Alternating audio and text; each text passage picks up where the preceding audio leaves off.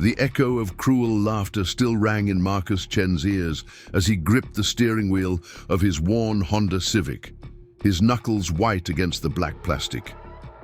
In the passenger seat, his 12-year-old daughter Emma sat curled against the window, her shoulders trembling with silent sobs that broke his heart into 1,000 pieces.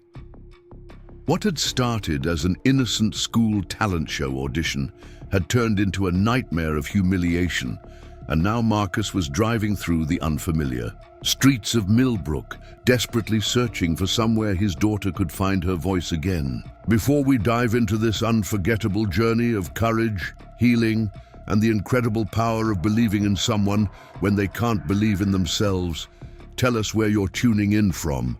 And if this story touches you, make sure you're subscribed, because tomorrow I've saved something extra special for you.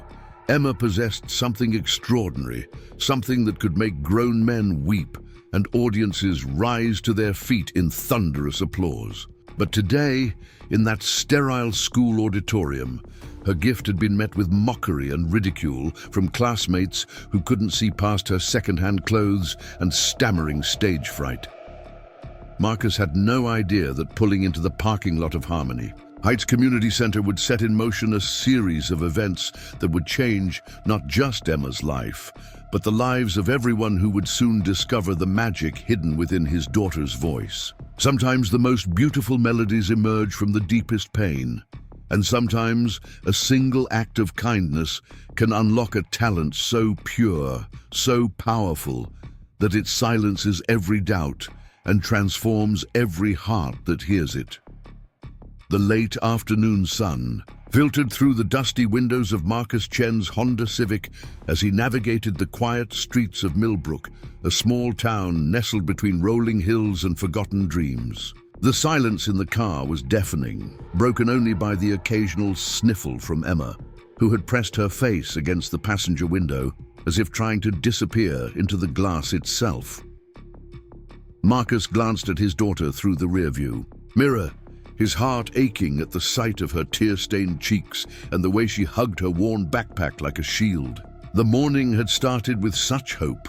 Emma had practiced her audition piece for weeks, her voice soaring through their tiny apartment with a purity that never failed to give Marcus chills. She had chosen Amazing Grace, a song that seemed to flow from her very soul.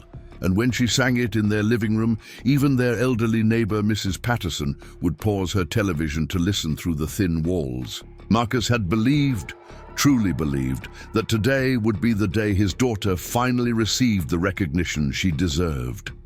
Instead, it had been a disaster of epic proportions. Marcus had arrived at Lincoln Middle School 30 minutes early, wanting to make sure Emma felt supported and confident. He had saved up for months to buy her a new dress, a simple blue number from the discount store that made her dark eyes sparkle with excitement. Emma had been nervous but determined as they walked through the school corridors, her sheet music clutched in her small hands. The auditorium had been packed with parents, students, and teachers, all gathered to witness the annual talent show tryouts. When Emma's name was called, Marcus had felt his chest swell with pride. His daughter had walked onto that stage with more grace than many professional performers twice her age.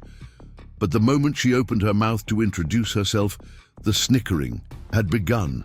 Her voice, usually so clear and strong when she sang, had wavered with nervousness as she spoke, and her words had come out in a stammering rush that made some of the kids in the front row exchange smirks. The pianist had started the opening notes of Amazing Grace, and for a brief shining moment, Emma had begun to sing with the voice of an angel. Her tone was pure and sweet, each note perfectly pitched, each word delivered with an emotional depth that seemed impossible from someone so young. Marcus had seen several adults in the audience lean forward, their expressions shifting from polite attention to genuine amazement.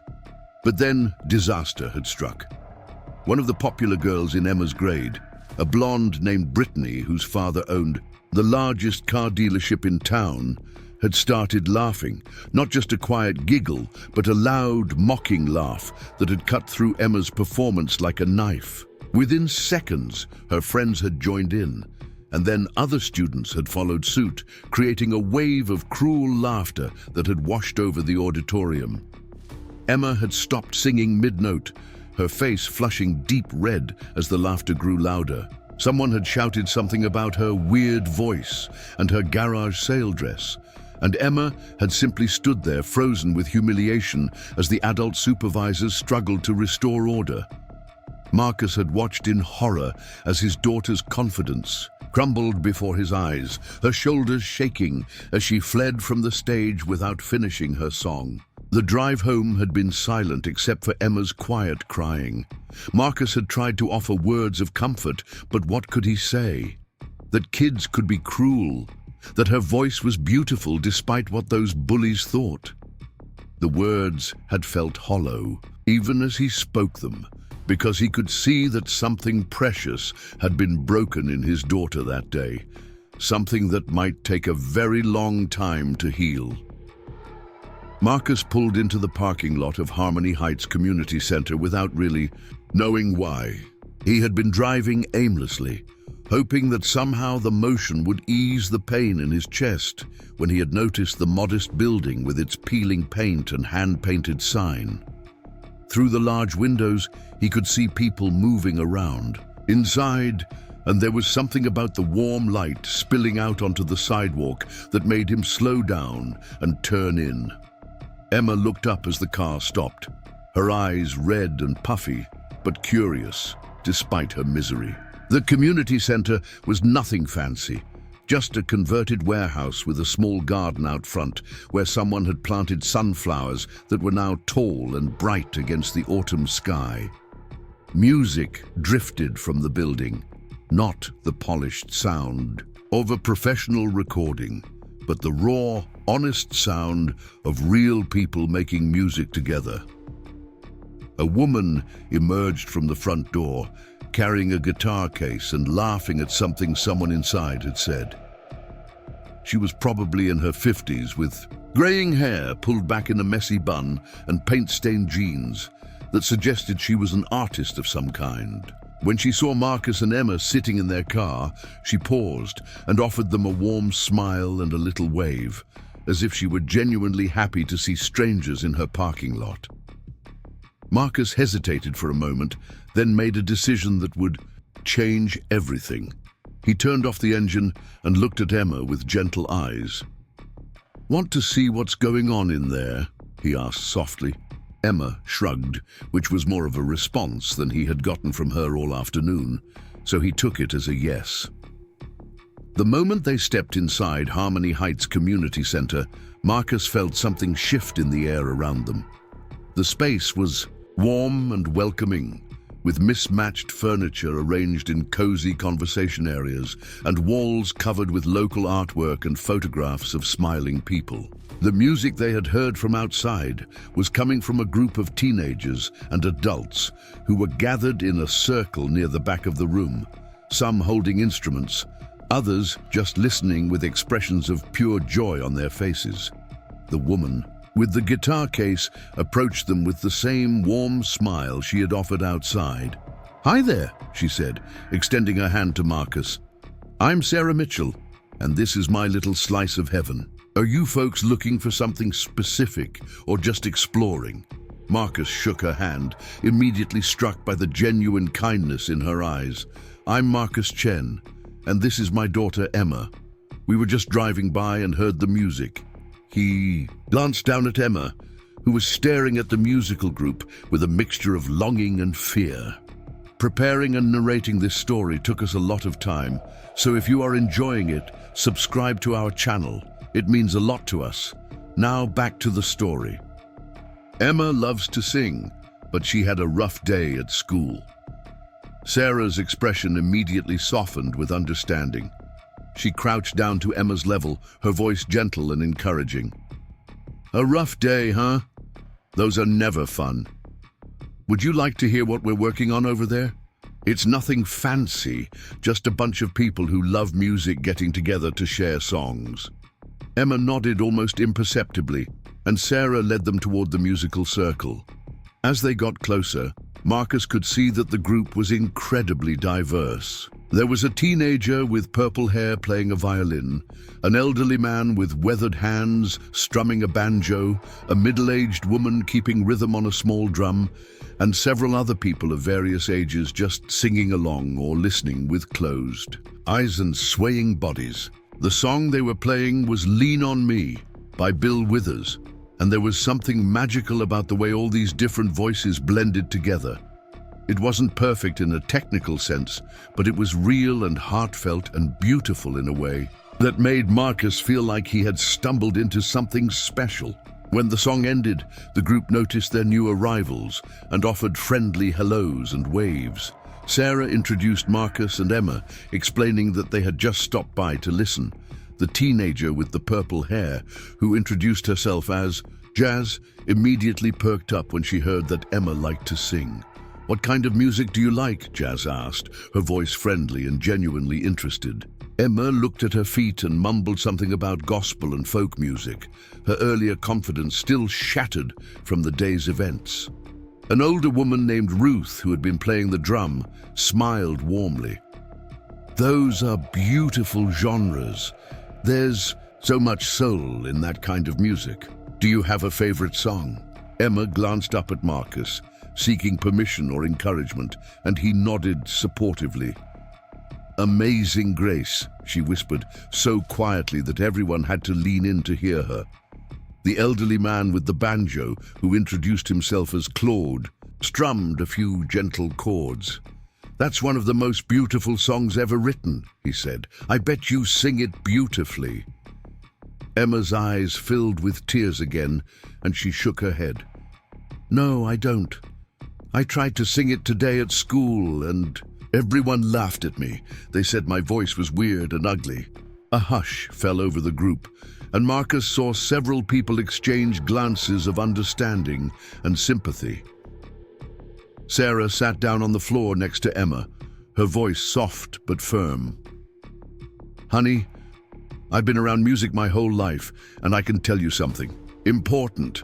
The people who laugh at beautiful things usually do it because they're scared of beauty or because they don't understand it. That doesn't make the beauty any less real." Jazz nodded emphatically. "I got made fun of at school too, for my hair and my music and pretty much everything about me. But you know what I learned? The people who matter don't mind, and the people who mind don't matter." Claude strummed his banjo again, this time playing the opening chords to "Amazing Grace." "Would you like to try singing it with us? Not a performance, just sharing music with friends.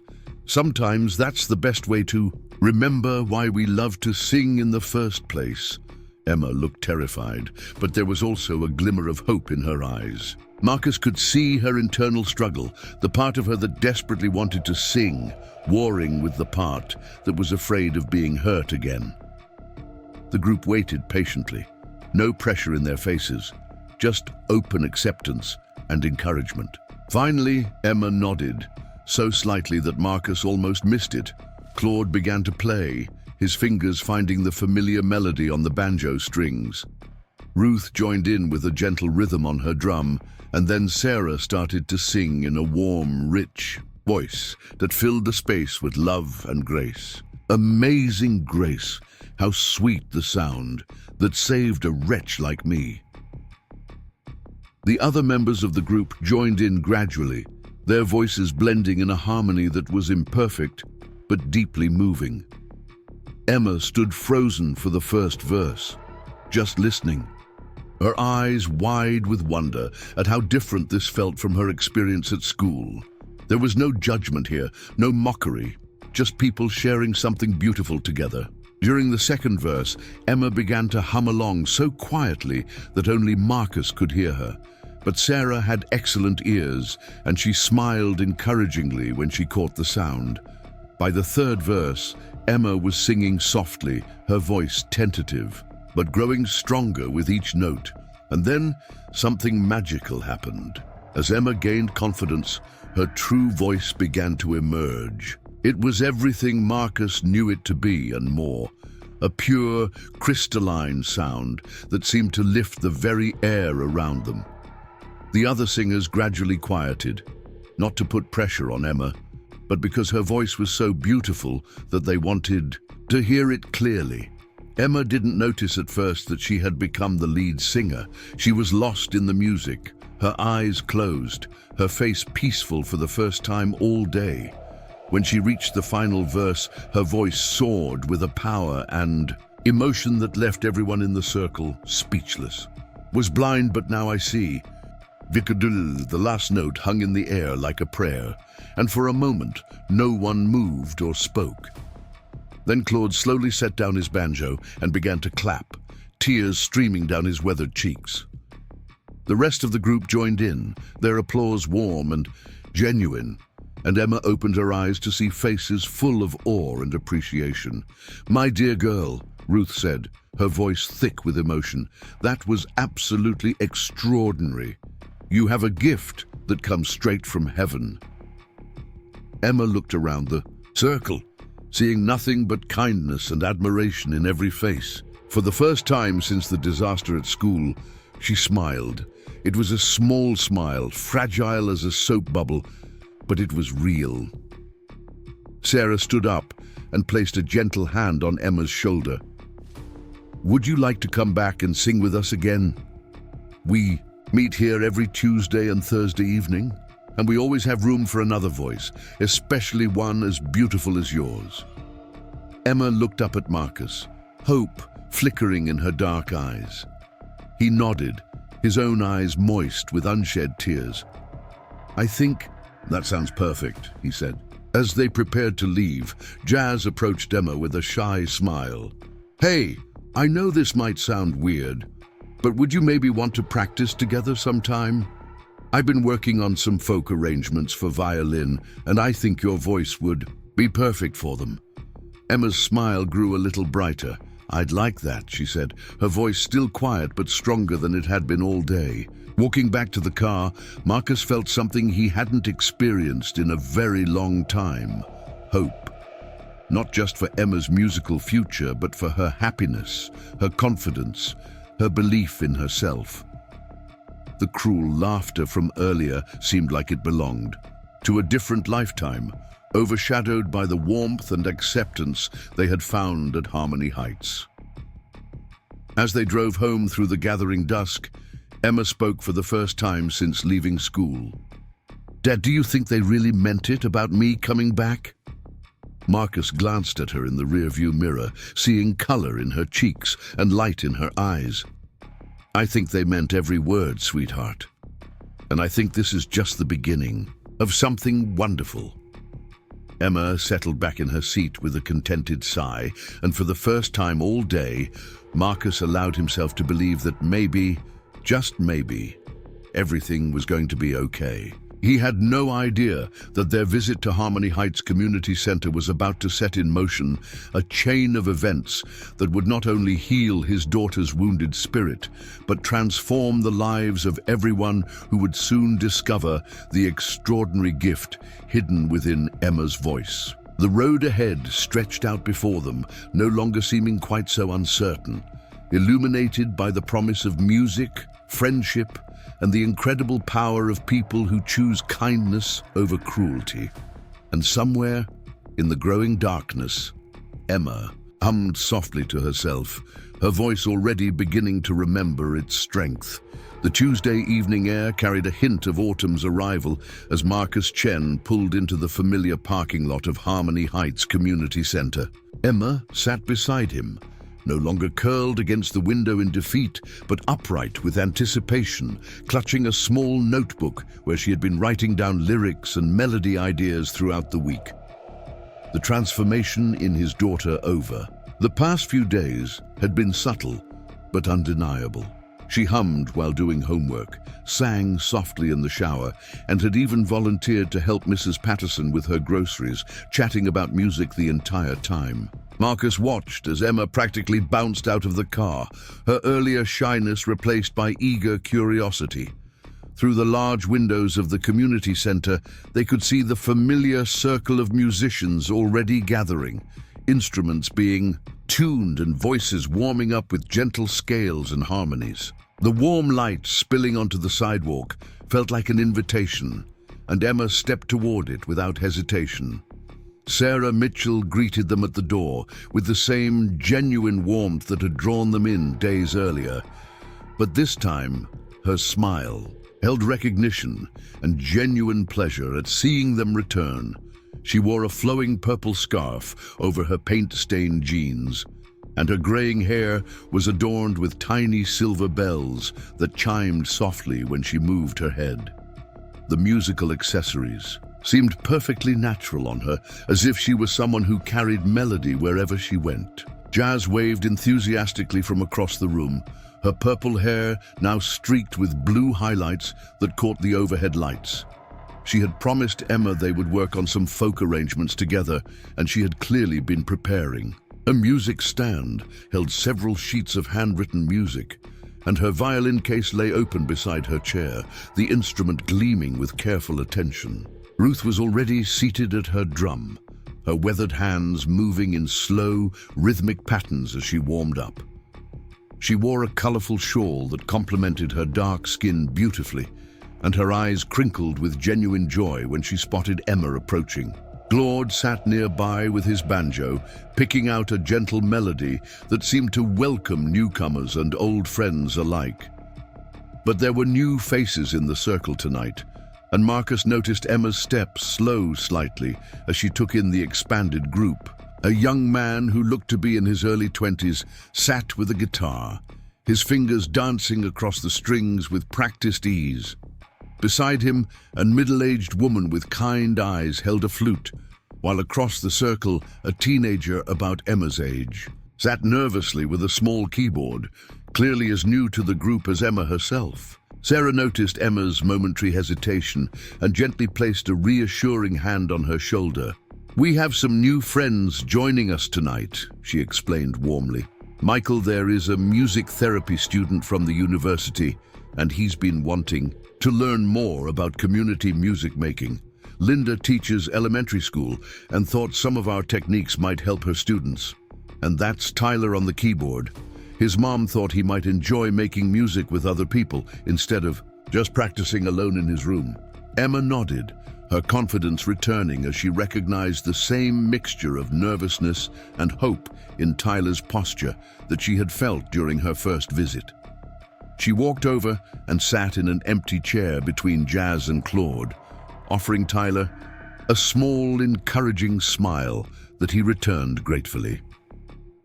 Marcus settled into one of the comfortable chairs arranged around the perimeter of the musical circle, close enough to offer support if Emma needed it, but far enough away to let her claim this space as her own. He watched as Sarah called the group to attention with a gentle chord progression on her acoustic guitar, the notes floating through the room like an invitation to leave the outside world behind. The session began with their traditional warm-up, simple vocal exercises that helped everyone find their range and blend their voices together. Emma participated with growing confidence, her pure tone cutting through the mix in a way that made several of the new members glance over with surprised appreciation. Marcus could see the exact moment when Michael, the music therapy student, recognized the exceptional quality of his daughter's voice. His eyes widened slightly, and he adjusted his guitar playing to better support Emma's natural vocal line.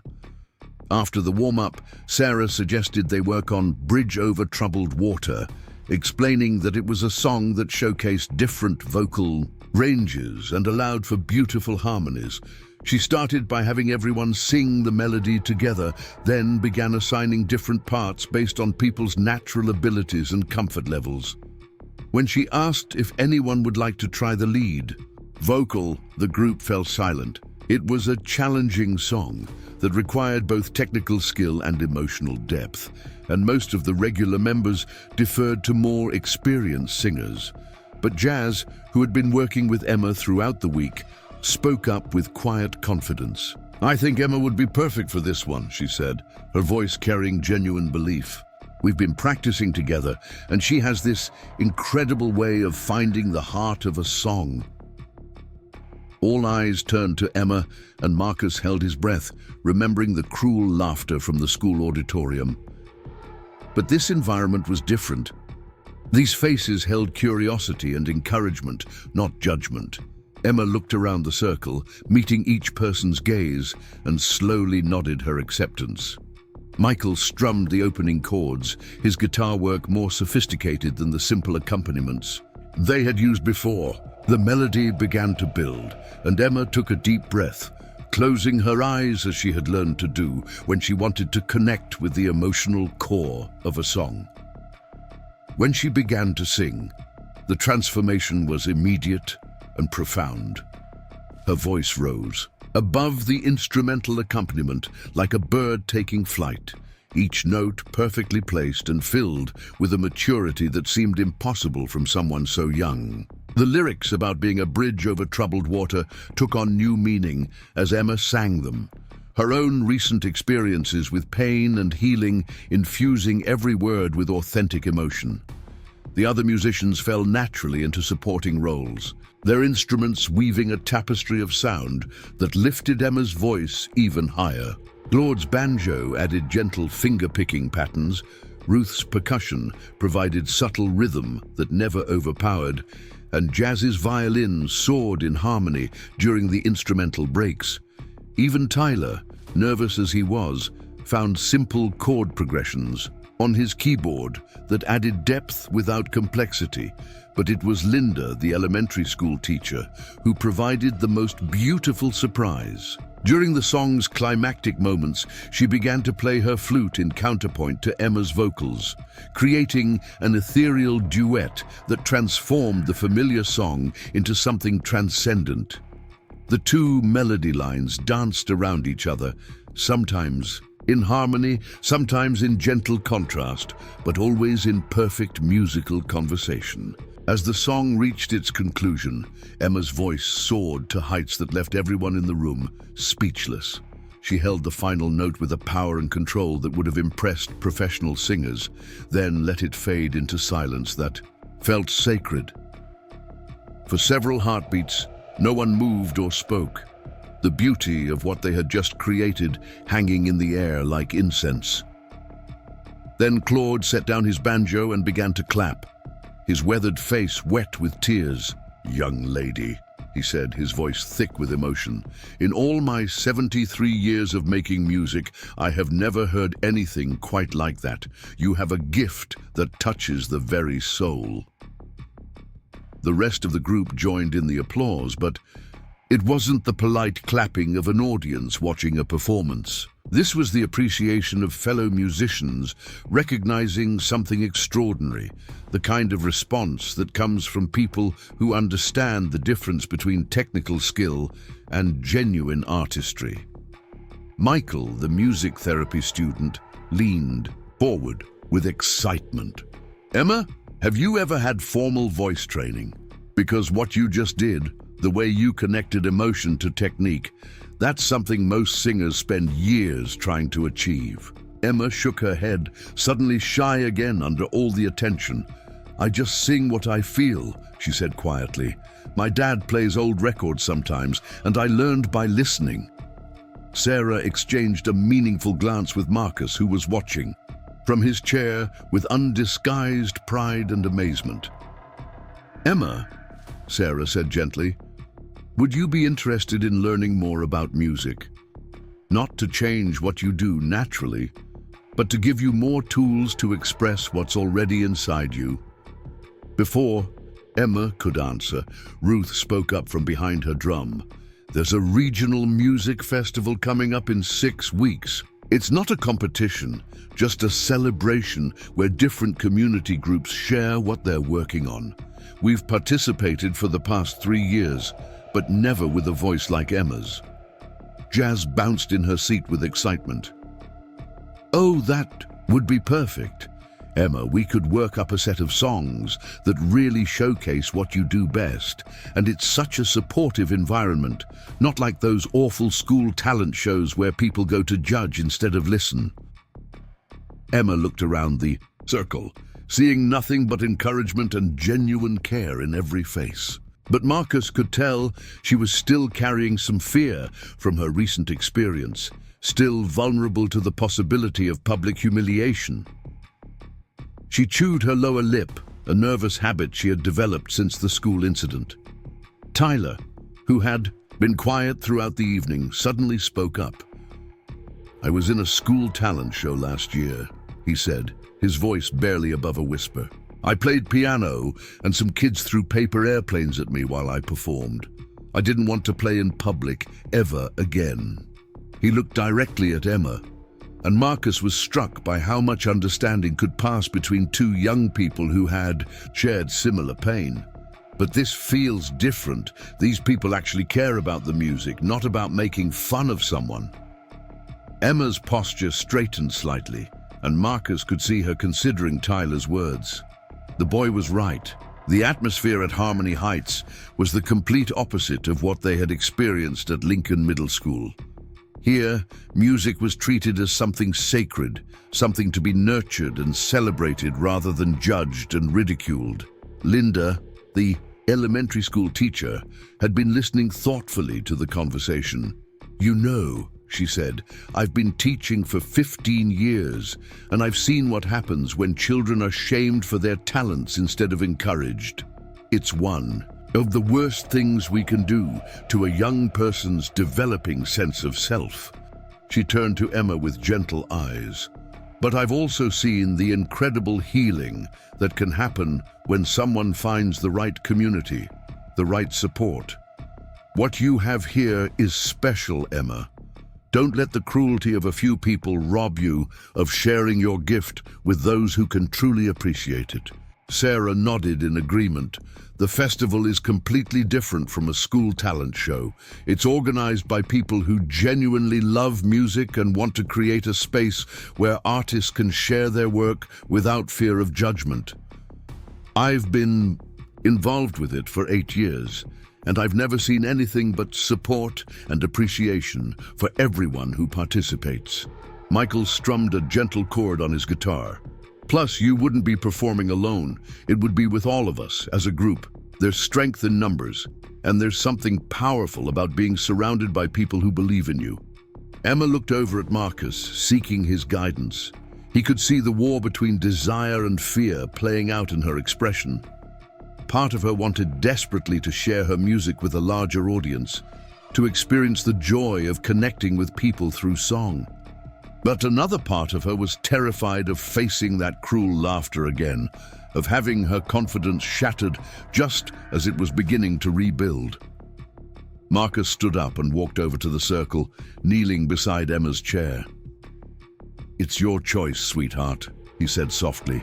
"Whatever you decide, I'll support you completely, but I want you to remember something.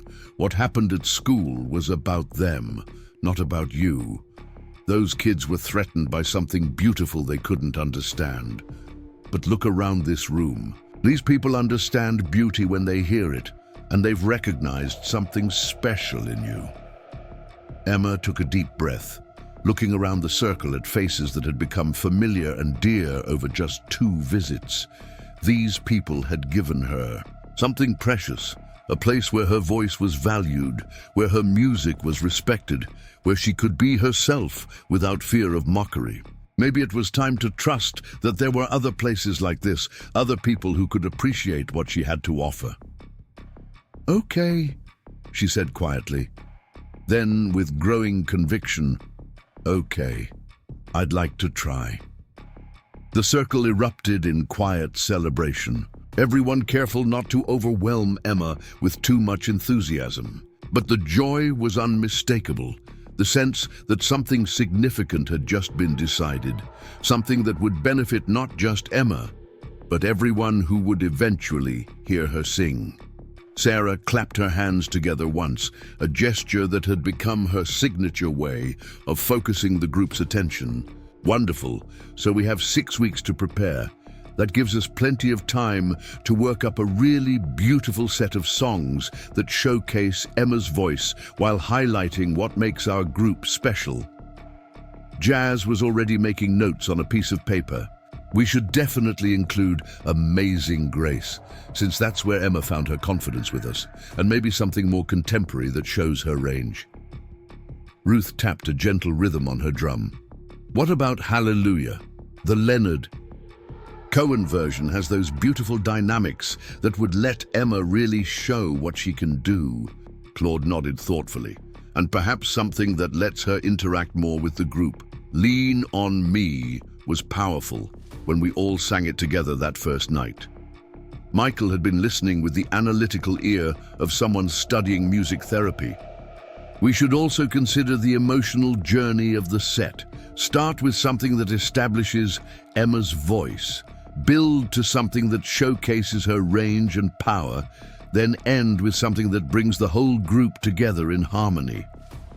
Emma was following the conversation with growing excitement, her earlier hesitation melting away as she realized how much thought and care these people were putting into supporting her musical growth. This wasn't about putting her on display or using her talent for their own purposes. This was about creating something beautiful together, something that honored both her individual gifts and the collective power of their musical community. Tyler raised his hand tentatively. Could we maybe do something where Emma sings lead, but the rest of us have important parts too? I'd love to contribute more than just simple chords. Linda smiled at the young man's eagerness. That's a wonderful idea, Tyler. Maybe we could arrange something where different instruments have solo moments that complement Emma's vocals. The next hour flew by as the group worked through various song possibilities, with Emma singing snippets of different melodies, while the others experimented with arrangements. Marcus watched from his chair as his daughter blossomed before his eyes, her natural musical instincts guiding her through complex harmonies and emotional interpretations that left everyone amazed. By the time the evening wound down, they had settled on a preliminary set list, Amazing Grace to open, showcasing Emma's pure tone and spiritual connection to music. Bridge Over Troubled Water as the centerpiece, highlighting her technical skill and emotional depth.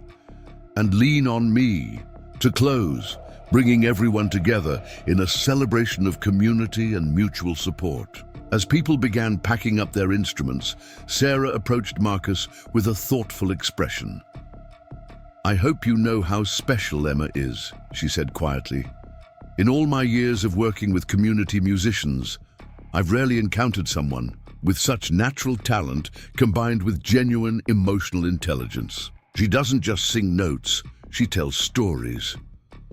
Marcus nodded, his throat tight with emotion.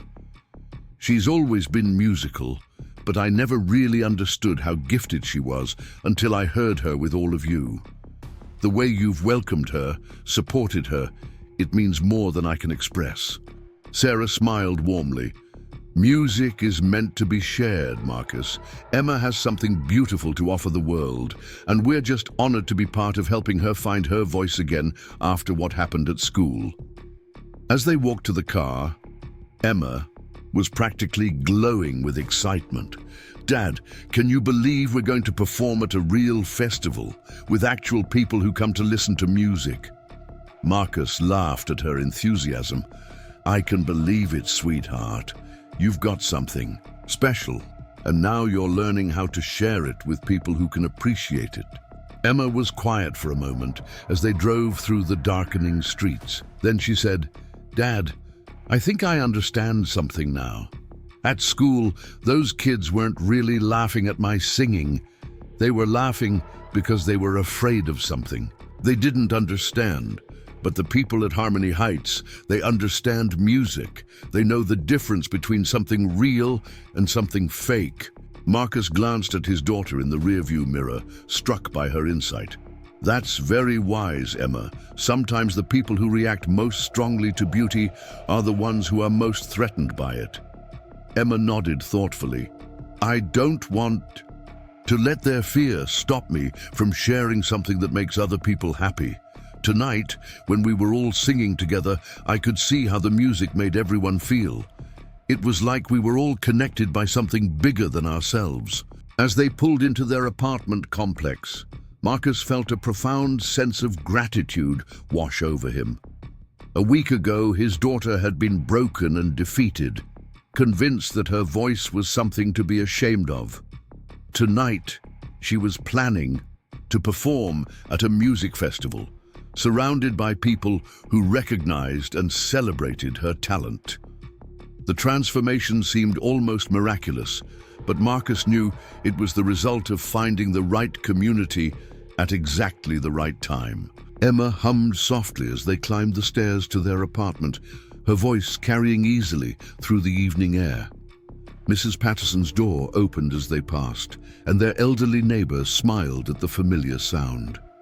"That's beautiful, dear," Mrs. Patterson said warmly. "You sound happier than you have in days." Emma paused and actually spoke to their neighbor instead of just mumbling a polite response.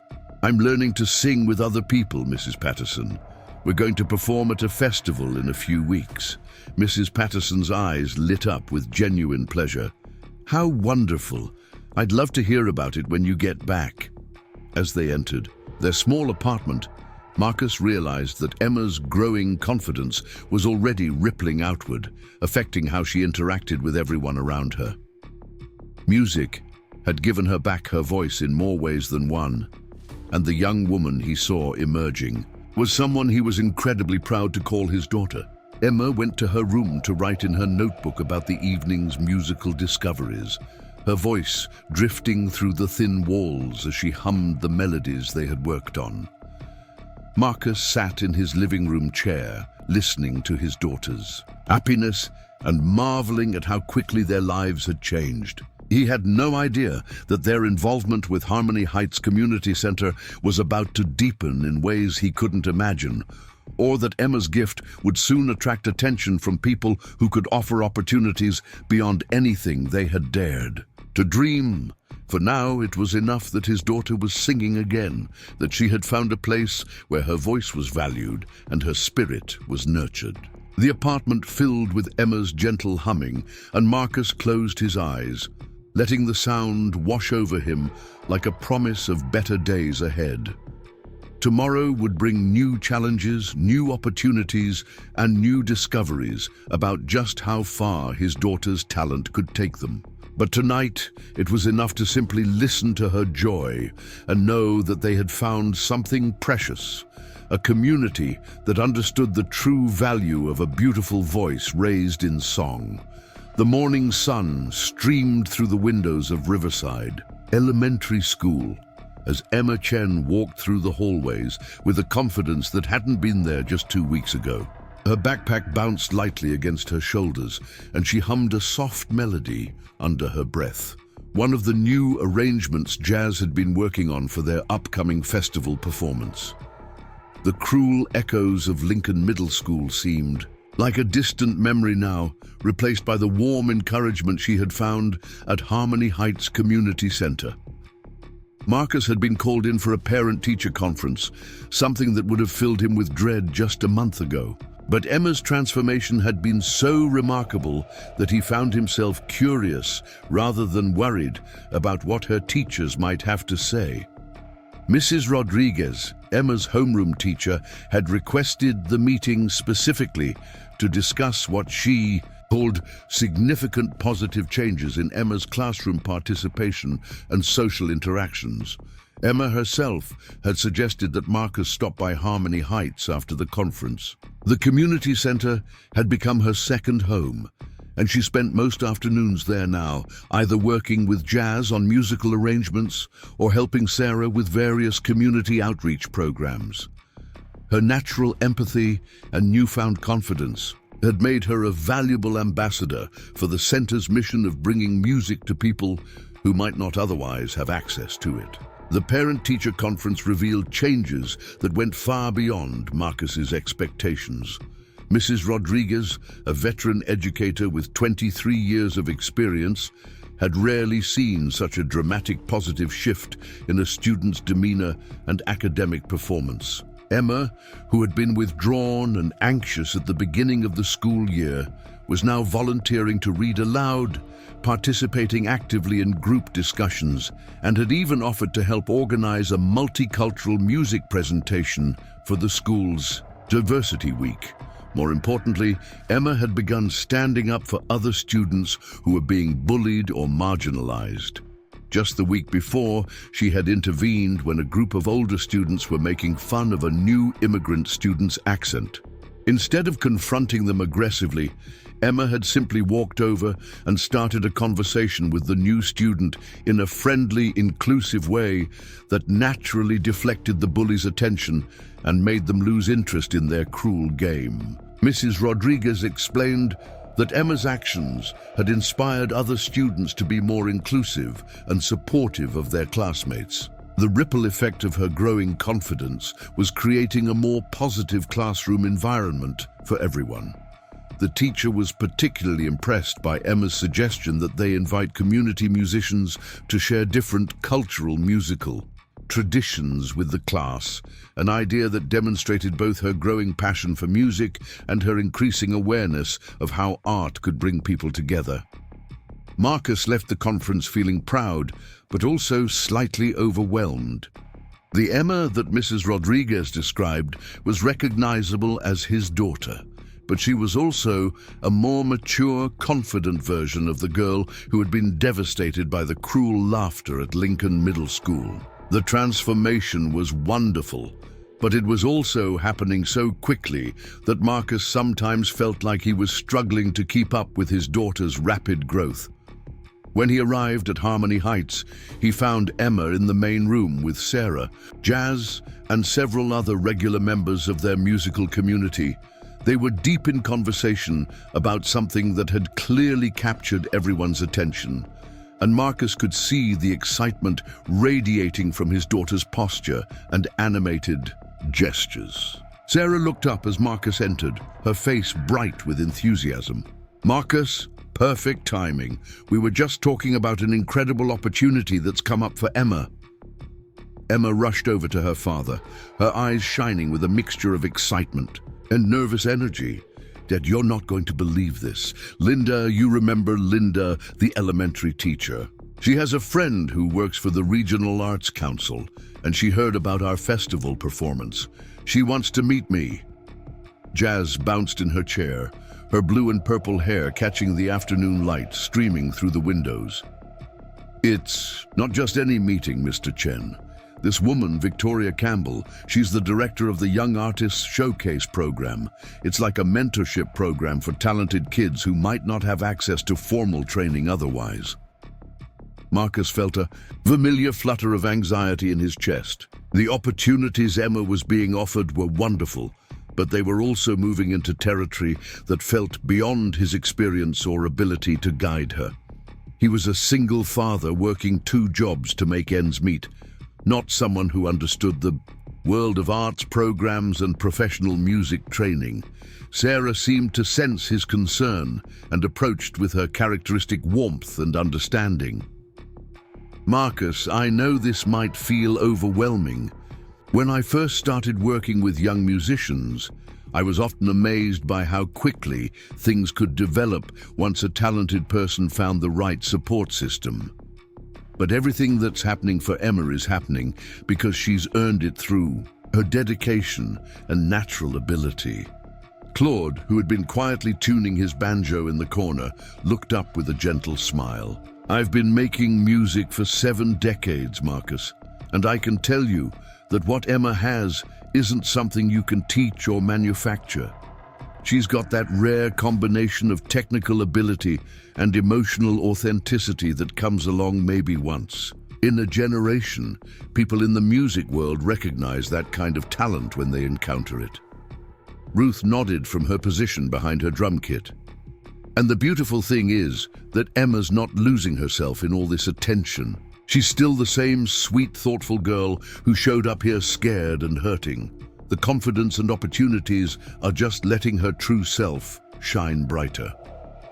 Michael, who had become a regular fixture at their sessions since that first night, had been taking notes on his tablet throughout the conversation. As a music therapy student, he was fascinated by Emma's development and had been documenting her progress as part of his research into community-based musical healing. "What's remarkable about Emma's situation," he said, "is that her growth isn't just about individual achievement. She's lifting up everyone around her. The group dynamic has changed since she joined us, and it's not because she's dominating or showing off. It's because she brings out the best in other people's musical abilities." Tyler, who had become one of Emma's closest friends in the group, grinned from behind his keyboard. "It's true. I've improved more in the past few weeks than I had in months of practicing alone. Emma has this way of listening that makes you want to play better, not because she's judging you, but because she's really hearing what you're trying to express." Emma blushed at all the praise, but didn't shrink from it the way she would have just weeks ago. Instead, she looked directly at her father with an earnestness that reminded Marcus of her mother. "Dad, I know this is all happening really fast, and I know you're worried about me getting hurt again, but I feel like I'm finally becoming who I'm supposed to be. The music isn't just something I do, it's who I am. And these people, they're not trying to use me or change me. They're helping me become more myself." Marcus studied his daughter's face, seeing a maturity and self-awareness that took his breath away. She was right about the speed of everything, and she was also right about his fears. Part of him wanted to protect her from any possibility of disappointment or exploitation by keeping her world small and safe. But he also recognized that his role as her father wasn't to limit her potential, but to support her as she discovered what she was capable of achieving. Linda, who had been quietly listening to the conversation, spoke up with the practical perspective that came from her years in education. "Marcus, I understand your concerns, and they're completely valid. Victoria Campbell has worked with dozens of young artists over the years, and she's never pushy or exploitative. The Young Artists Showcase program is designed specifically to provide mentorship and opportunities while keeping the focus on the child's well-being and natural development." She pulled out her phone and showed Marcus some photos from previous showcase events. "Look at these kids. They're not being turned into little professional performers. They're being given tools and opportunities to explore their talents in supportive environments. Some of them go on to pursue music professionally, others just carry the confidence and skills they've learned into whatever else they choose to do." Sarah nodded in agreement. "The program also provides support for families. They understand that not every talented child comes from a background where the parents are familiar with arts education or professional development. Part of what Victoria does is help parents navigate these opportunities without feeling overwhelmed or out of their depth." Emma moved closer to Marcus, taking his hand in hers. "Dad, remember what you told me after the disaster at school? You said that sometimes we have to take risks to find out what we're really capable of. This feels like one of those times. I'm not the same scared girl who ran off that stage. I know who I am now, and I know what my voice can do. I want to see how far I can take it." Marcus squeezed his daughter's hand, feeling the calluses she had developed from helping with various projects around the community center. These weren't the soft hands of a child being sheltered from the world, but the hands of a young person who was actively engaging with her community and contributing to something larger than herself. Jazz leaned forward with characteristic enthusiasm. "Plus, Mr. Chen, you wouldn't be sending Emma into this alone. We're all going to be part of her support system. The Showcase program encourages young artists to maintain their connections with their home communities. Emma would still be part of our group, still performing with us at the festival. This would just add another layer of opportunity and learning." Michael nodded, closing his tablet and focusing entirely on the conversation. From a developmental perspective, Emma is at the perfect age for this kind of program. She's old enough to understand the commitment and responsibility involved. but young enough to approach it with the openness and joy that makes for authentic artistic expression. Waiting too long might actually be more harmful than moving forward now. Tyler had been quiet throughout most of the adult conversation, but now he spoke up with the direct honesty that had made him and Emma such fast friends. "Emma, you've helped all of us find our voices better. Maybe it's time to let someone help you find yours at an even higher level. You deserve to see what you can really accomplish." Emma looked around the circle at these people who had become her musical family, seeing nothing but love and support in their faces. Then she turned back to Marcus with a determination that reminded him powerfully of her mother during her most passionate moments. "Dad, I want to meet with Victoria Campbell. I want to hear what she has to say about the program. I promise I won't make any big decisions without talking to you first, but I at least want to explore the possibility."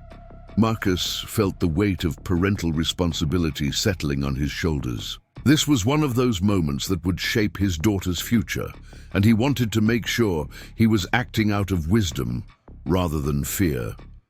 Emma had proven over the past few weeks that she was capable of handling challenges and opportunities with remarkable maturity.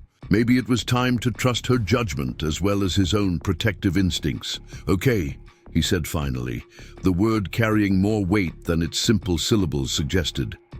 "Let's set up a meeting with Victoria Campbell. But we go into it together.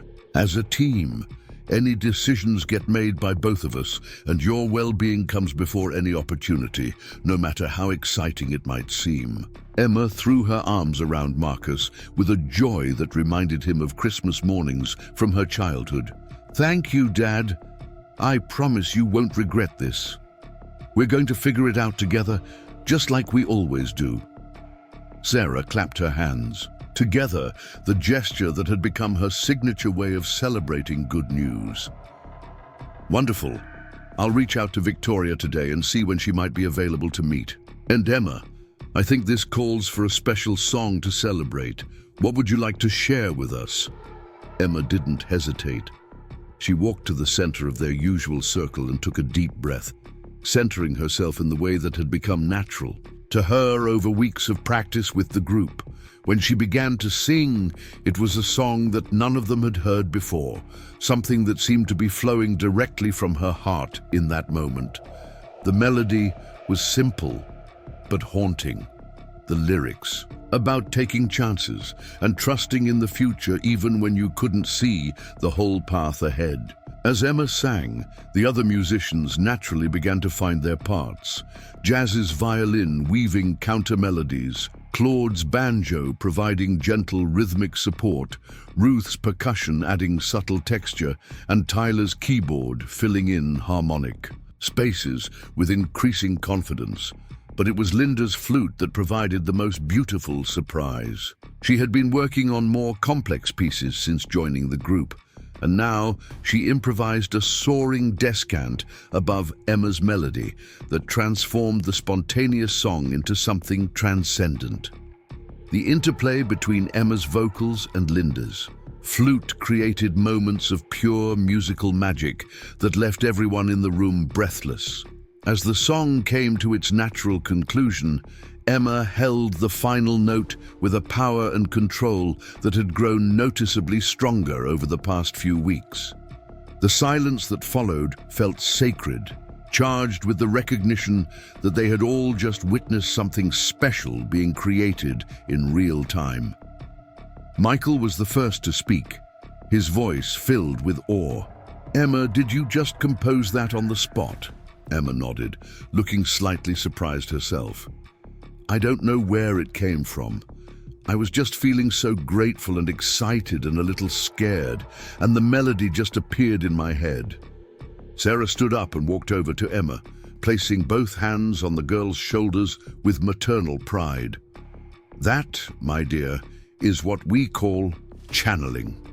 You've reached the point where your technical skills and emotional awareness are so well integrated that music can flow through you without conscious effort. It's a beautiful and rare ability." Claude set down his banjo and shook his head in wonder. In 7 decades of music making, I've seen maybe half a dozen people who could do what you just did. Most musicians spend their whole careers trying to reach that level of spontaneous creativity. Jazz was practically vibrating with excitement. Emma, we have to work that song into our festival set. It's perfect and it's completely yours. Original compositions always make performances more special. Tyler nodded enthusiastically. And the way it built with all of us joining in, it would be an amazing way to show how collaborative our group is. Ruth had been watching Emma throughout the impromptu performance with the keen eye of someone who had spent years observing young musicians. What I find most remarkable, she said, is that Emma's growth isn't making her less collaborative. She's becoming a stronger individual artist while simultaneously becoming better at bringing out the best in other people's musicianship. That's a very mature approach to artistic development. Linda, still holding her flute, smiled warmly at Emma. You know, I've been teaching children for 15 years, and I've learned to recognize when a student is ready for the next level of challenge. Emma, you're not just ready, you're actively seeking it. That spontaneous composition tells me that you've internalized everything you've learned here, and you're ready to start creating your own musical language. Marcus watched this conversation with a mixture of pride and amazement. Just weeks ago, Emma had been a frightened, wounded child, convinced that her voice was something to be ashamed of. Now, she was spontaneously composing songs and receiving praise from experienced musicians who genuinely respected her abilities. The transformation was so complete that it almost felt like he was watching a different person. But as he looked more closely at his daughter, Marcus realized that wasn't quite right. Emma hadn't become a different person. She had become more fully herself. The confidence, creativity, and collaborative spirit she was displaying had always been part of her character. What Harmony Heights had given her was a safe space to let those qualities emerge and flourish. Sarah seemed to sense the emotional weight of the moment and gently redirected the group's energy toward practical matters. So we have several things to work on before the festival. We'll incorporate Emma's new song into our set, continue polishing our arrangements of the other pieces, and prepare Emma for her meeting with Victoria Campbell. It's an exciting time for all of us. Michael looked up from his tablet, where he had been taking notes throughout the session. Would it be helpful if I did some research on the Young Artist Showcase program? I have access to academic databases that might have information about their methods and outcomes. Emma nodded gratefully. That would be really helpful, Michael. I want to go into the meeting knowing as much as possible about what they do and what they expect from participants. Jazz stood up and began packing her violin with characteristic efficiency. I can reach out to some of my friends at the music school. A couple of them have been through similar programs, and they might have insights about what to expect. Tyler was already making notes on his phone. And I can help you practice interview skills if you want. My mom made me do mock interviews before I applied for summer programs, and it really helped me feel more confident. Marcus felt a warmth spreading through his chest as he watched these people rally around his daughter with such genuine care and practical support. Emma hadn't just found a place to develop her musical talents. She had found a community that was invested in her success as a whole person. As the session wound down and people began gathering their instruments and belongings, Emma approached Marcus with a thoughtful expression. Dad, can I ask you something? Marcus nodded, giving her his full attention. Are you proud of me? She asked, her voice carrying a vulnerability that reminded him she was still, fundamentally, a child seeking her parents' approval. Marcus felt his throat tighten with emotion. Emma, I have never been more proud of anything in my entire life. Not just because of your musical abilities, though they're extraordinary. I'm proud of how you've handled challenges, how you've grown as a person, how you treat other people with kindness and respect. You're becoming an amazing young woman." Emma smiled, the expression radiant with happiness and security. "I feel like I'm finally becoming who I was always supposed to be, and I know I couldn't have done it without you believing in me, even when I couldn't believe in myself." As they walked to the car, Marcus reflected on how much their lives had changed. Since that terrible day at Lincoln Middle School, Emma's cruel experience there had led them to Harmony Heights, which had led to opportunities and growth that neither of them could have imagined. Sometimes, Marcus thought, the worst moments in life were actually disguised doorways to the best. A ones. Emma hummed her new composition as they drove home, her voice floating through the car with casual confidence. Tomorrow would bring new challenges and opportunities, including the upcoming meeting with Victoria Campbell. But tonight, it was enough to listen to his daughter's happiness and know that they were moving forward together, supported by a community that understood the true value of nurturing young talent with love and respect. The apartment building came into view, but Marcus found himself driving more slowly than usual, reluctant to end this perfect day. Emma noticed and looked over at him with understanding eyes.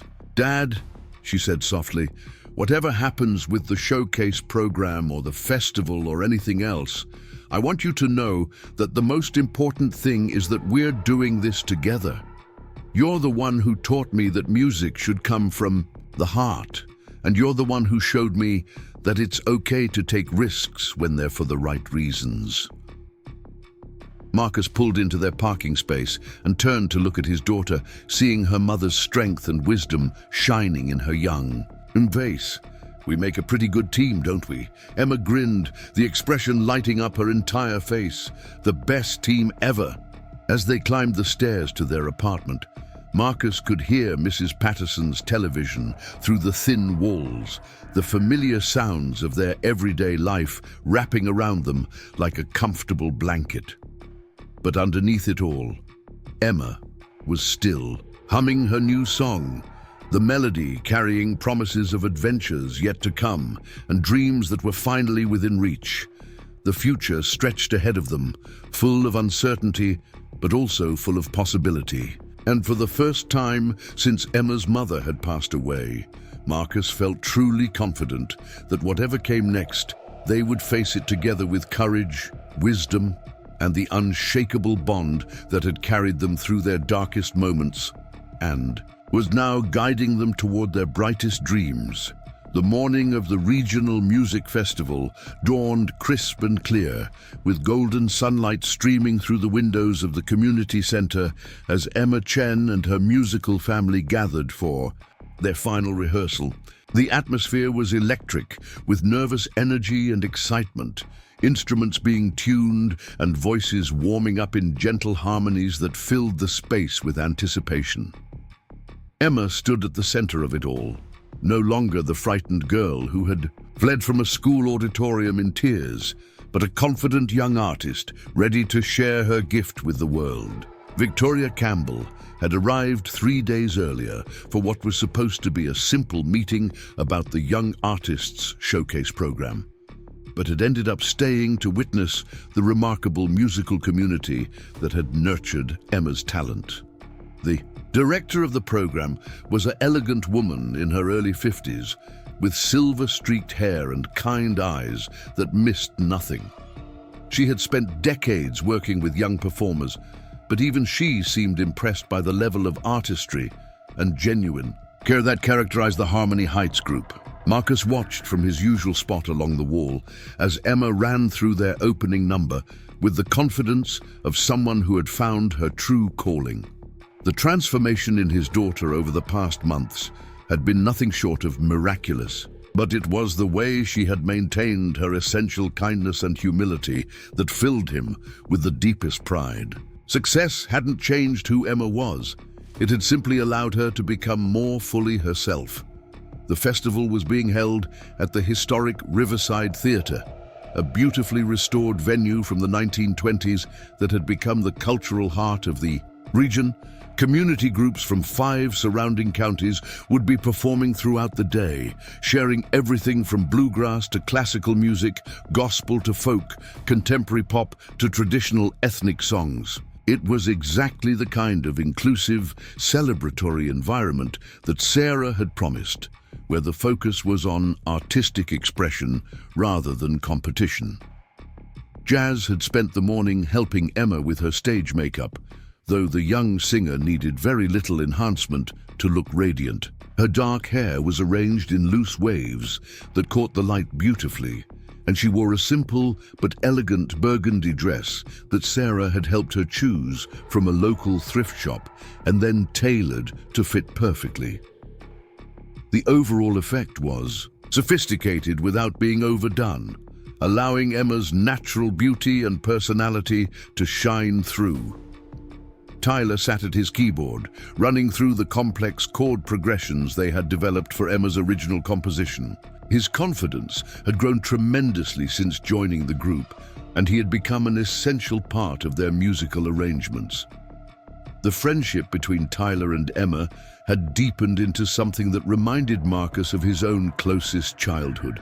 Friendships built on shared passion and mutual respect rather than mere proximity. Claude tuned his banjo with the methodical precision of someone who had been performing for 7 decades, his weathered hands still steady and sure on the strings. He had become something of a grandfather figure to Emma, offering wisdom and encouragement with the gentle authority of someone who had seen many young artists discover their potential. His presence in the group provided a sense of continuity and tradition that grounded their more contemporary musical explorations. Ruth was setting up her percussion kit with characteristic efficiency, each drum and cymbal positioned exactly where she needed it for optimal sound and accessibility. She had been working with Emma on rhythm and timing, helping the young singer understand how to use subtle changes in tempo and emphasis to enhance the emotional impact of her performances. The lessons had paid off beautifully, giving Emma's singing a sophisticated sense of musical architecture.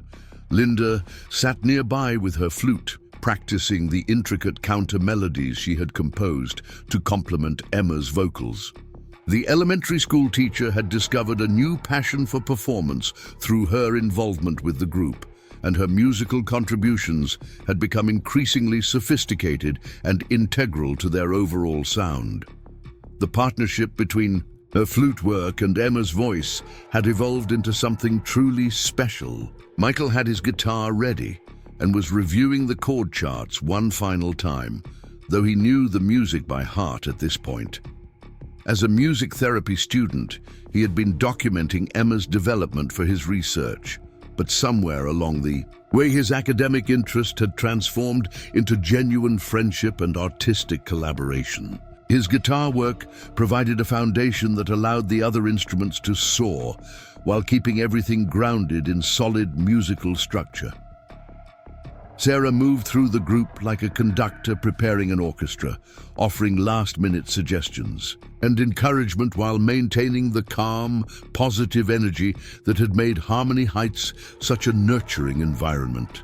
She had been performing at this festival for 8 years, but she admitted to Emma that she had never been more excited about a presentation.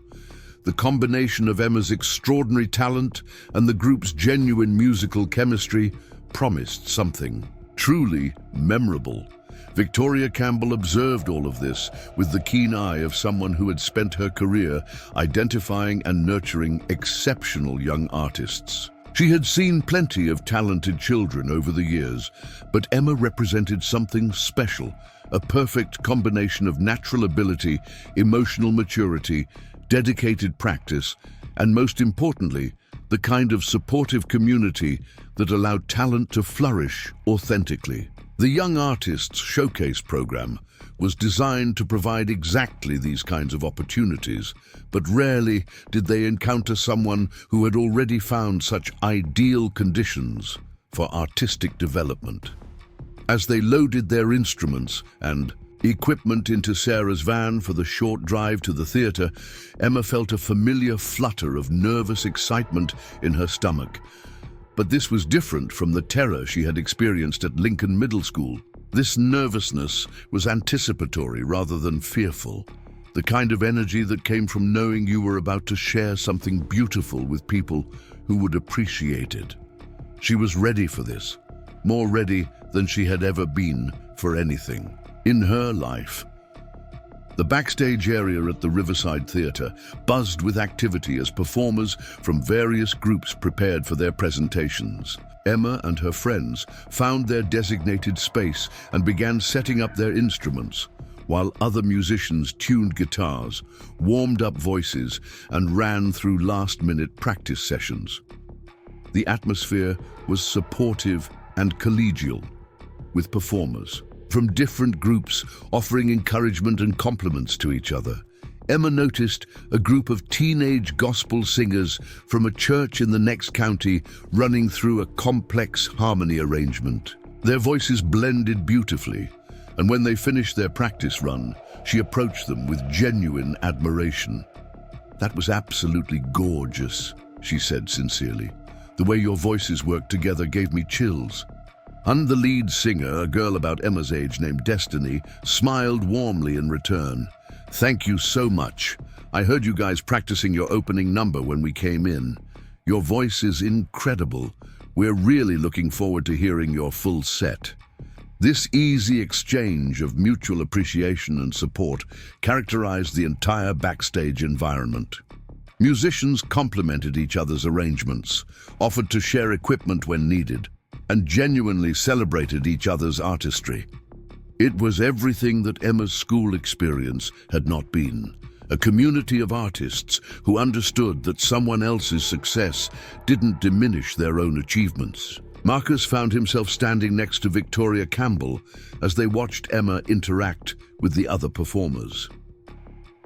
The showcase director had been observing his daughter carefully throughout the morning, and Marcus was curious about her professional assessment. "She's remarkable," Victoria said quietly, anticipating his unspoken question. "Obviously, her vocal ability is extraordinary, but what really impresses me is her emotional intelligence and collaborative spirit. She's genuinely interested in other people's music, and she has that rare quality of making everyone around her better at what they do." Marcus nodded, feeling the pride that had become familiar over the past months. She's always been empathetic, but the confidence is new. Before she found this group, she was too scared to let people see who she really was.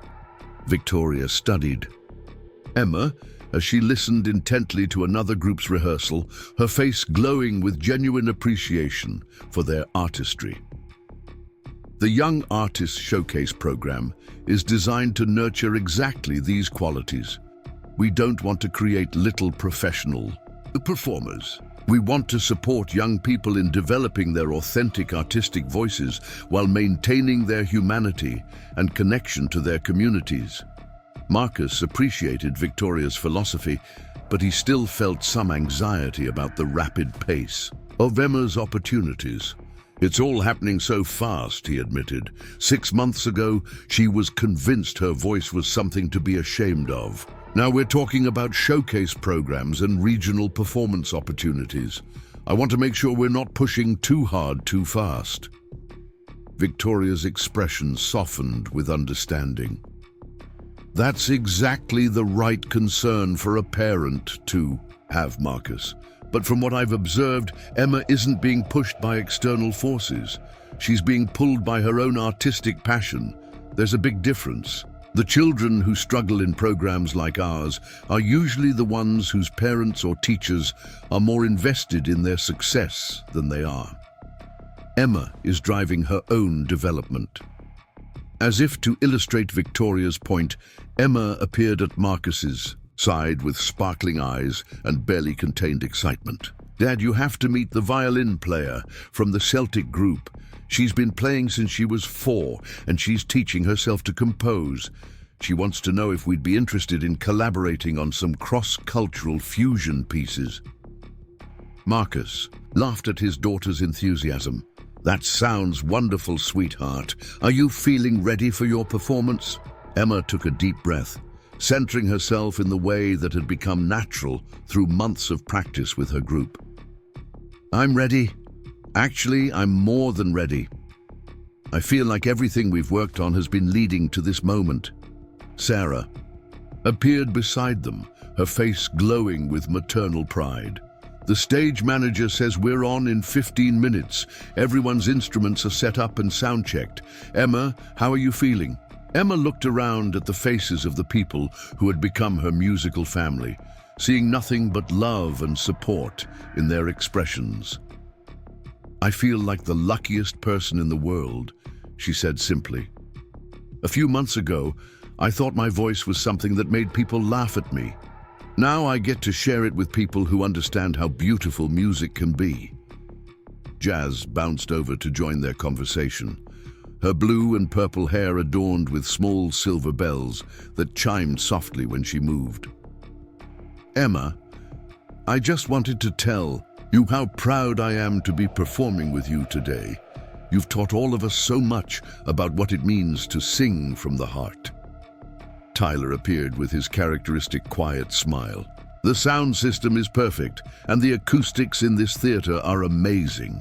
Your voice is going to sound absolutely incredible out there. Claude ambled over with the measured pace of someone who had performed on hundreds of stages over the decades. Young lady, he said, placing a gentle hand on Emma's shoulder. In 73 years of making music, I have never been more honored to share a stage with anyone. You represent everything that's beautiful about the art of song. Ruth approached with her usual calm efficiency, but Marcus could see the emotion in her eyes. Emma, sweetheart, just remember that everyone in that audience is here because they love music. They want you to succeed. They want to be moved by what you're sharing. You're among friends out there. Linda joined their circle, her flute case slung over her shoulder. I've been thinking about how to describe what makes Emma's singing so special, she said thoughtfully. I think it's because she doesn't just perform songs, she inhabits them. When she sings, you believe every word because she believes every word. Michael completed their group, his guitar ready and his expression serious but confident. We've practiced these arrangements until they're second nature. All we have to do now is get out there and share the music we love with people who will appreciate it. The stage manager's voice crackled over the backstage intercom, announcing that the Harmony Heights Community Music Group was next to perform. Emma felt her heart rate increase, but it was the acceleration of excitement rather than fear. She had worked too hard and come too far to be afraid now. As they made their way to the wings of the stage, Emma could hear the gentle murmur of the audience settling into their seats. Through a gap in the curtains, she could see that the historic theater was nearly full, with people of all ages eager to experience the diverse musical offerings of the festival. The sight that would have terrified her months ago now filled her. With anticipation, Sarah gathered the group in a circle for their traditional moment of centering before a performance. They joined hands and stood quietly for a few seconds, feeling the energy and support flowing between them. It was a ritual that had developed naturally, a way of acknowledging that they were about to create something together that was larger than any of their individual contributions. Remember, Sarah said softly, we're not performing for these people, we're sharing with them, we're inviting them to be part of something beautiful. Emma squeezed the hands of Jazz and Tyler, who stood on either side of her in the circle. Thank you all for believing in me when I couldn't believe in myself, she whispered. No matter what happens out there, this has already been the most amazing experience of my life. The stage manager appeared beside them, headset crackling with communication from the technical crew. You're on in 30 seconds, he said quietly. Break legs, everyone. Emma walked to the wings and looked out at the stage, beautifully lit and waiting for their music.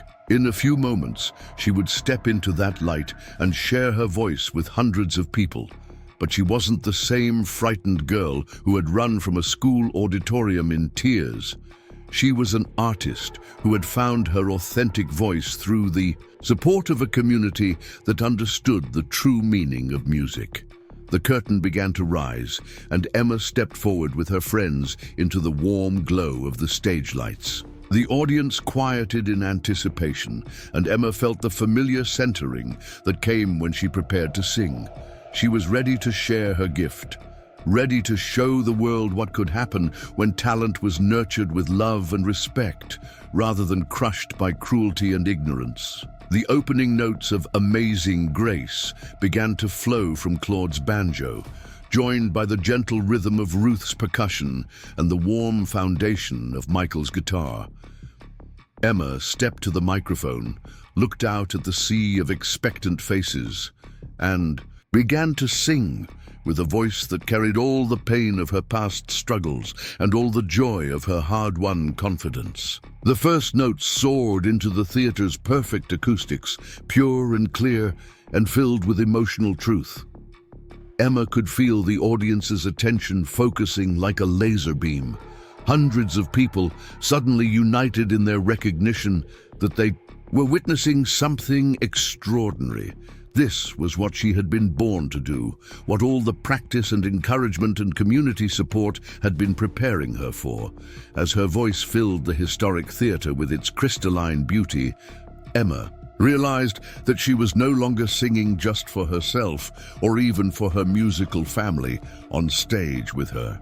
She was singing for every child who had ever been ridiculed for their gifts, every dreamer who had been told they weren't good enough, every person who had ever felt alone in their passion for something beautiful. Her voice carried their stories, as well as her own, transforming individual struggle into universal triumph. The song built to its climactic moments, with Jazz's violin weaving ethereal harmonies around Emma's lead vocals, while Linda's flute provided soaring descants that seemed to lift the entire performance towards something transcendent. Tyler's keyboard work had evolved into sophisticated jazz-influenced chord progressions that supported without overwhelming, while Claude and Ruth maintained the steady, rhythmic foundation that kept everything grounded. But it was Emma's voice that commanded the space, not through volume or technical showing off, but through the sheer authenticity of her emotional connection to the music. Every word was delivered with conviction, every note perfectly placed not just technically but emotionally. She had found that rare balance between technical excellence and heartfelt expression that separated true artists from mere performers. As Amazing Grace reached its conclusion, Emma held the final note with a power and control that had grown tremendously over months of dedicated practice. The note seemed to hang in the air like a prayer, pure and strong and filled with hope. When it finally faded into silence, the theater remained quiet for several heartbeats, as if the audience needed time to process what they had just experienced. Then the applause began, starting as a scattered response from individuals who had been particularly moved, then building into a sustained ovation that seemed to shake the very foundations of the historic building. People rose to their feet spontaneously, their faces reflecting the awe and appreciation that Emma had dreamed of receiving, but had never quite believed was possible. Marcus stood in the wings with tears streaming down his face, watching his daughter receive the recognition she had always deserved. Victoria Campbell stood beside him, her professional composure slightly cracked by obvious emotion. "In 25 years of working with young artists," she said quietly, "I have never seen anything quite like that." On stage, Emma looked out at the standing ovation with wonder and gratitude rather than surprise. She had worked for this moment, earned it through dedication and courage, and the willingness to be vulnerable in service of her art. The applause wasn't just appreciation for her performance. It was acknowledgement of her journey from ridicule to triumph, from fear to confidence, from isolation to community. Sarah approached the microphone as the applause began to fade. "Thank you so much," she said warmly. "That was Emma Chen, and she represents everything beautiful about what can happen when we nurture young talent with love and support rather than judgment and criticism." The audience responded with another wave of enthusiastic applause, and Emma stepped forward again with a confidence that would have been unimaginable just months earlier. "Thank you all so much," she said, her speaking voice as clear and strong as her singing voice. "This song means a lot to me because it's about finding grace even in difficult times. I found my grace through the amazing people you see on stage with me, and through communities like this one that believe in the power of music to heal and inspire." The applause that followed was different somehow, warmer and more personal, as if the audience was responding not just to Emma's performance, but to her message of hope and resilience. She had connected with them, not just as an entertainer, but as a young person who had overcome challenges they could relate to, who had found her voice despite those who tried to silence it. As they moved into their second song, Bridge Over Troubled Water, Emma felt a freedom and joy in her performance that was new even for her. The stage no longer felt like a place where she might be judged and found wanting. It felt like home, like the natural environment for the gift she had been given and had worked so hard to develop. The arrangement they had created showcased not just Emma's vocal abilities, but the collaborative spirit that made their group special. Each musician had moments to shine, with instrumental solos that demonstrated their individual skills, while always serving the overall artistic vision. Jazz's violin work was particularly stunning, her improvisational skills creating musical conversations with Emma's vocals that seemed to happen in real time. Linda's flute provided moments of ethereal beauty that transformed familiar melodies into something fresh and unexpected. Her classical training combined with her natural musicality had evolved into a distinctive voice that complemented Emma's singing perfectly.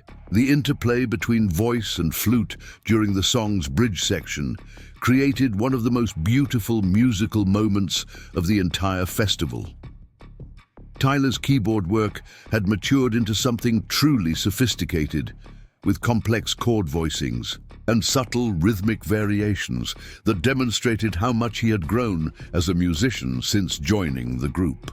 His friendship with Emma had pushed him to develop his skills more rapidly than years of solo practice had achieved, proving the power of collaborative musical growth. Claude's banjo provided both rhythmic foundation and melodic counterlines, his decades of experience evident in every note he played. His contribution to the group went beyond technical skill to include the wisdom and perspective that came from a lifetime of musical experience. He had become a mentor to all the younger musicians, but especially to Emma, whose respect for tradition balanced beautifully with her innovative spirit.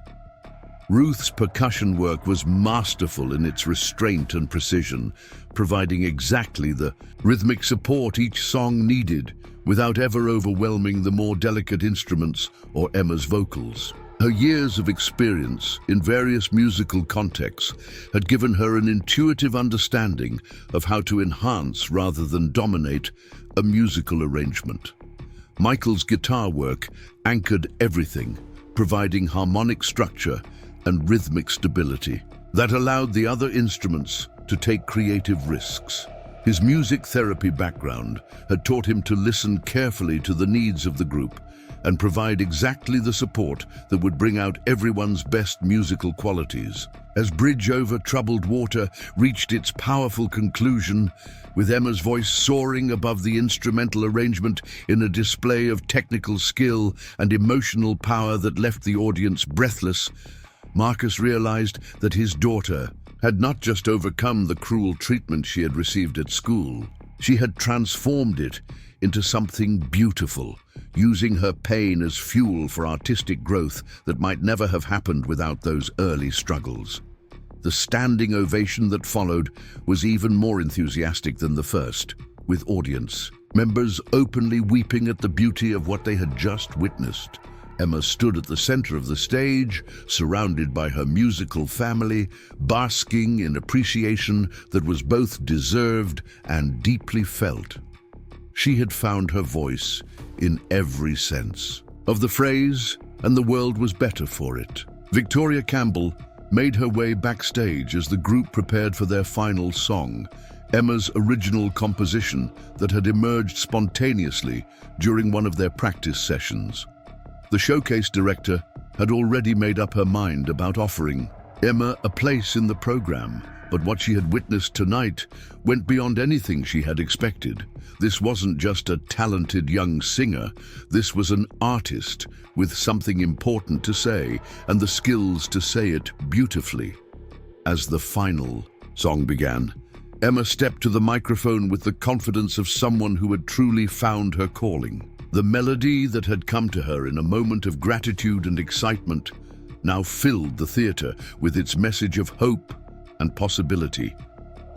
The lyrics spoke of taking chances, trusting in the future, and finding strength in community, themes that resonated deeply with her own journey from humiliation to triumph. The audience listened with rapt attention as Emma's original composition unfolded, supported by arrangements that showcased each musician's abilities while serving the overall artistic vision. It was a perfect conclusion to their set, demonstrating not just Emma's growth as a performer, but her emergence as a creative artist capable of transforming personal experience into universal art. As the final notes faded into the appreciative silence that preceded thunderous applause, Emma looked out at the sea of faces and realized that she had accomplished something she had never dared to dream. She had not just survived the cruelty that had once broken her spirit. She had used it as raw material for creating something beautiful that could inspire and heal others who had faced similar struggles. The standing ovation seemed to go on forever, with audience members calling out words of appreciation and encouragement. Emma stood with her friends, her musical family, knowing that whatever came next in her artistic journey, this moment would always represent the night she truly found her voice and shared it with the world. The months following Emma's triumph at the regional music festival unfolded like a carefully orchestrated symphony, each day bringing new opportunities and deeper connections within the musical community that had become her second family. The performance at the Riverside Theatre had opened doors that neither Emma nor Marcus could have imagined, but more importantly, it had solidified Emma's understanding of her own artistic identity and her place in the world of music. Victoria Campbell had officially extended an invitation for Emma to join the Young Artists Showcase program. But rather than rushing into the opportunity, Emma had requested time to consider how the program would fit with her existing commitments to Harmony Heights Community Center and her growing network of musical collaborations. This thoughtful approach impressed Victoria even more than Emma's vocal abilities, demonstrating a maturity and wisdom that suggested she would navigate the complexities of artistic development with grace and authenticity. The showcase program itself proved to be everything Victoria had promised and more. Rather than being a restrictive or competitive environment, it provided Emma with access to masterclasses with renowned vocal coaches, opportunities to collaborate with other young artists from across the region, and performance venues that challenged her to grow while maintaining the supportive atmosphere that had been so crucial to her development. The program's philosophy aligned perfectly with what Emma had learned at Harmony Heights, that true artistic growth happened in communities built on mutual respect and shared passion for musical excellence. Emma's first masterclass was with Dr. Margaret Sullivan, a retired opera singer who had spent decades teaching at prestigious conservatories before dedicating her later years to working with young community-based artists. Dr. Sullivan's approach, was both technically rigorous and emotionally nurturing, helping Emma understand the physical mechanics of breath support and vocal placement while never losing sight of the emotional authenticity that made her performances so compelling. During their initial session, Dr. Sullivan had Emma sing Amazing Grace without any accompaniment, listening with the trained ear of someone who had worked with hundreds of voices over her career. When Emma finished, the older woman sat quietly for several moments before speaking.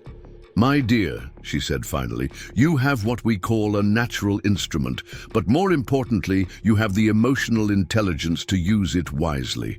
My job isn't to change what you do, but to give you the technical tools to do it even more effectively." The technical work that followed was challenging but exhilarating.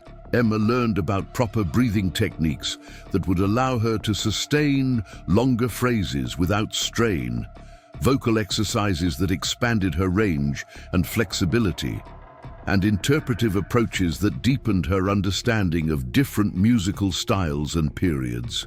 But Dr. Sullivan was careful to emphasize that technique should always serve expression, never the other way around. Meanwhile, Emma's involvement with Harmony Heights continued to flourish and evolve. The community center had gained significant attention following their festival performance, with local media coverage bringing new members and increased community support. Sarah Mitchell found herself fielding calls from other community organizations interested in replicating their model of inclusive, supportive musical education, and Emma had become something of an unofficial ambassador for the program's philosophy. The friendship between Emma and Jazz had deepened into a true artistic partnership, with the two young women spending hours together exploring musical arrangements that showcased both Emma's vocal abilities and Jazz's increasingly sophisticated violin skills. Jazz had been inspired by Emma's success to pursue her own growth more seriously, and she had begun taking lessons with a professional violinist who specialized in folk and contemporary styles. Their collaboration had produced several original compositions that blended Emma's gift for melody with Jazz's harmonic sensibilities, creating songs that were uniquely their own while honoring the folk and gospel traditions that had shaped both of their musical perspectives. These original works had become highlights of their performances at various community events throughout the region. Tyler's musical development had been equally remarkable, his keyboard skills evolving from basic chord progressions to sophisticated arrangements that incorporated elements of jazz, classical, and contemporary popular music. Each of them had been transformed by their involvement with Emma's musical journey, rediscovering their own passion for performance and creative expression. Marcus watched all of these developments with a mixture of pride and amazement that never seemed to fade. His daughter had not only recovered from the crushing humiliation she had experienced at school, she had transformed that experience into fuel for artistic growth that was benefiting an entire community of musicians and music lovers. The shy, wounded girl who had hidden her talent was now a confident young artist who used her gifts to lift up everyone around her. The practical aspects of Emma's growing reputation required careful navigation, and Marcus found himself learning about aspects of the music industry he had never imagined needing to understand. Victoria Campbell proved invaluable in this regard, providing guidance on everything from performance contracts to educational opportunities, always with Emma's best interests and long-term development as the primary considerations. One of the most significant opportunities came when Emma was invited to perform at the state capitol as part of a celebration of community arts programs. The event would be attended by state legislators, arts administrators, and community leaders from across the region, providing a platform for Emma to advocate for the kind of supportive, inclusive musical education that had been so transformative in her own life. Emma approached the opportunity with characteristic thoughtfulness, spending weeks crafting a performance that would showcase her abilities while also highlighting the collaborative spirit that had made her growth possible.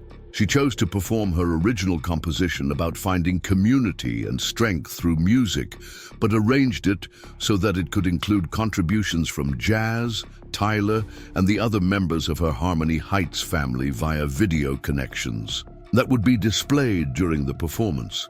The performance at the state capitol was a triumph that exceeded everyone's expectations. Emma's voice filled the legislative chamber with its pure, powerful sound, but it was her message about the importance of community-based arts education that truly captivated the audience.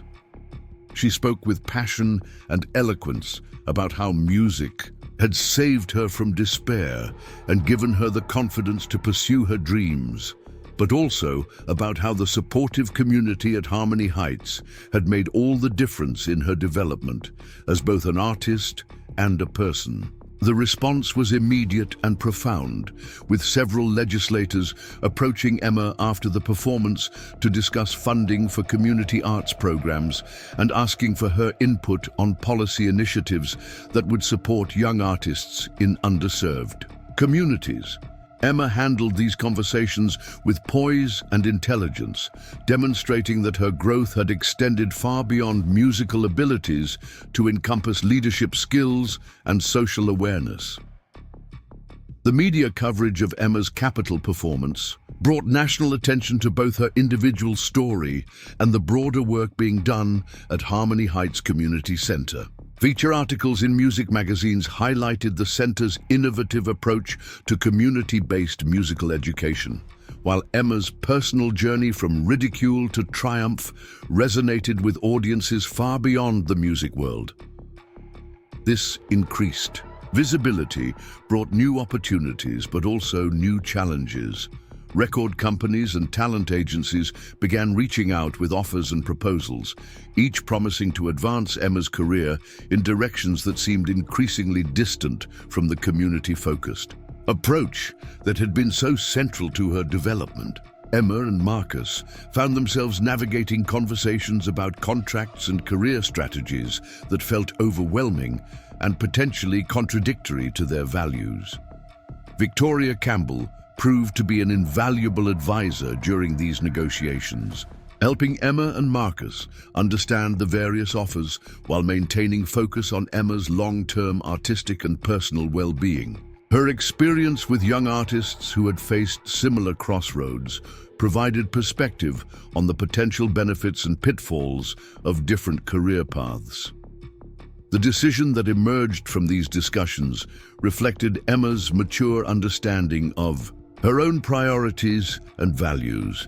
Rather than signing with a major record label or management company, Emma chose to maintain her independence while forming strategic partnerships that would allow her to reach larger audiences without compromising her artistic integrity or her connection to the community that had nurtured her growth. This approach led to the formation of Harmony Heights Records, a small independent label focused on supporting community-based artists who shared Emma's commitment to using music as a force for healing and social connection. The label's first release was a collaborative album featuring Emma, Jazz, Tyler, and the other members of their musical community, with proceeds supporting community arts programs in underserved areas. The album, titled Finding Voice, became a surprising commercial success while staying true to the artistic vision that had guided Emma's development. Critics praised the authentic emotion and sophisticated musicianship, while audiences connected with the universal themes of overcoming adversity and finding community through shared passion for music. More importantly for Emma, the album's success provided a platform for advocating for the kind of supportive, inclusive musical education that had been so transformative in her own life. She began speaking at conferences and workshops for music educators, sharing her story and the lessons learned at Harmony Heights about creating environments where young artists could flourish without fear of judgment or ridicule. Emma's speaking engagements revealed yet another dimension of her talents, as she proved to be as compelling and articulate in conversation as she was in song.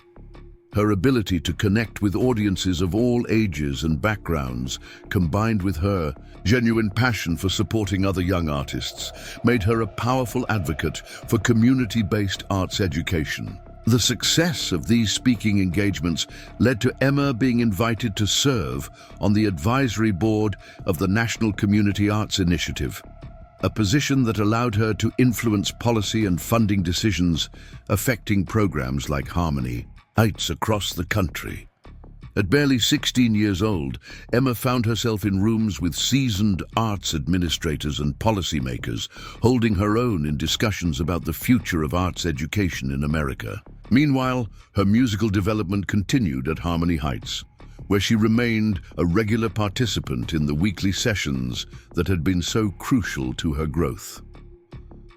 The dynamic of these sessions had evolved as Emma's reputation grew, but the fundamental spirit of collaboration and mutual support remained unchanged. If anything, Emma's success had brought even more attention and resources to the community center, allowing Sarah to expand programming and serve more young artists facing similar challenges.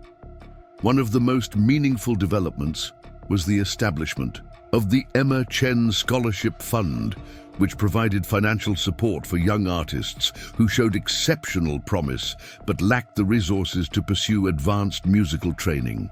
Emma had insisted that the scholarship focus not just on technical ability, but on the kind of emotional intelligence and collaborative spirit that had been so important in her own development. The first recipient of the scholarship was a young man named David Martinez, whose powerful tenor voice had been discovered during a community outreach event at a local homeless shelter. David's background was even more challenging than Emma's had been, but his natural musical ability and deep emotional connection to gospel and folk traditions made him a perfect fit for the Harmony Heights community. Emma took a personal interest in mentoring David, sharing not just technical knowledge, but also the wisdom she had gained about navigating the music industry while maintaining artistic integrity and community connections. Their collaboration produced several beautiful duets that showcased both of their voices while highlighting the power of musical partnership across different backgrounds and experiences. The mentoring relationship with David helped Emma understand that her own journey was part of a larger cycle of support and encouragement that extended far beyond her individual success.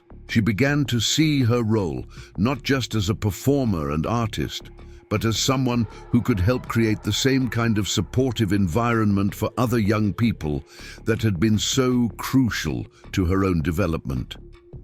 This understanding led to Emma proposing an ambitious new project, a traveling workshop series that would bring the Harmony Heights model to communities across the country that lacked access to quality arts education programs. The workshops would combine musical instruction with the emotional support and community building that had been so central to Emma's own growth.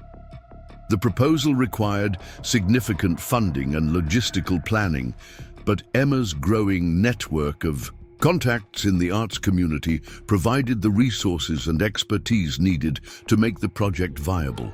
The first pilot workshops were scheduled for rural communities in 3 different states, each facing unique challenges, but sharing the common need for programs that could nurture young artistic talent in supportive, inclusive environments. Emma's preparation for these workshops involved extensive collaboration with educators, social workers, and community organizers who understood the specific needs of the populations they would be serving. She was determined that the workshops would be genuinely responsive to local needs and conditions, rather than simply imposing an external model without regard for community context. The first workshop took place in a small farming town where Budget cuts had eliminated all arts programming from the local schools. Emma and a small team from Harmony Heights spent a week working with local young people, teaching musical skills, while also creating opportunities for them to express their own experiences and perspectives through song. The results exceeded everyone's expectations, with several participants discovering musical abilities they hadn't known they possessed, and the entire community rallying around the program with enthusiasm and support. Local businesses provided funding and resources, parents volunteered their time and expertise, and the young participants formed bonds and collaborative relationships that continued long after the workshop ended. More importantly, the workshop demonstrated that the Harmony Heights model could be successfully adapted to different communities and contexts while maintaining its core commitment to supportive, inclusive musical education. The success of the pilot program led to funding for additional workshops and the development of a comprehensive curriculum that could be implemented by local communities with ongoing support and guidance. Emma's involvement in these community workshops deepened her understanding of the social and emotional challenges facing young people across the country, while also reinforcing her belief in the power of music to heal and inspire. Each workshop brought new insights and relationships that enriched her own artistic development while contributing to her growing reputation as an advocate for community-based arts education. The personal growth that accompanied Emma's public success was perhaps even more remarkable than her professional achievements. The confident young woman who spoke to legislative committees and mentored other young artists bore little resemblance to the frightened girl who had fled from a school auditorium in tears. But the essential kindness and empathy that had always characterized Emma's personality remained unchanged, deepened and strengthened by her experiences, but never compromised by success. Marcus watched his daughter's development with wonder and gratitude that never faded. The single father who had once worried about providing adequate opportunities for his talented child now found himself learning from Emma's wisdom and maturity as she navigated challenges and opportunities that he could never have imagined. Their relationship had evolved into a true partnership, with Marcus providing practical support and guidance, while Emma took increasing responsibility for the direction of her career and artistic development. The apartment where they lived remained their sanctuary, a place where Emma could simply be a teenager, dealing with homework and household chores rather than a rising star in the music world. Mrs. Patterson, their elderly neighbor, had become something of an honorary grandmother to Emma, providing the kind of unconditional support and everyday normalcy that helped keep Emma grounded despite her growing fame. The balance between Emma's public success and private life required constant attention and adjustment, but the strong foundation of family and community support made it manageable. Emma's commitment to her roots at Harmony Heights provided an anchor that kept her connected to the values and relationships that had been so crucial to her development, while her growing platform allowed her to advocate for the kind of supportive, musical education that could transform other young lives. As Emma prepared for her next major performance, a solo concert at a prestigious venue that would feature guest appearances by Jazz, Tyler, and other members of her musical family, she reflected on the journey that had brought her from humiliation to triumph. The girl who had once been ridiculed for her voice was now using that same voice to inspire and heal, creating opportunities for other young artists while staying true to the community that had nurtured her growth. The concert itself was a celebration, not just of Emma's individual achievements, but of the power of community to transform lives and create opportunities for growth and healing. The audience included many of the people who had been part of Emma's journey, from her teachers at Harmony Heights to the legislators who had been moved by her advocacy work, from other young artists she had mentored to community members who had been inspired by her story.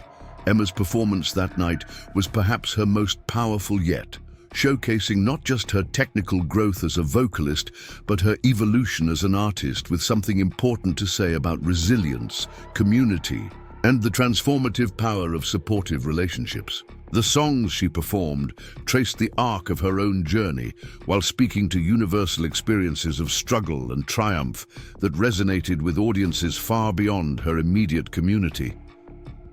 The standing ovation that followed seemed to last forever, but Emma knew that the real measure of her success wasn't the applause or critical acclaim. It was the young artists who had found their own voices through programs she had helped establish, the communities that had been strengthened by collaborative musical experiences, and the ongoing cycle of support and encouragement that would continue long after her individual career had run its course.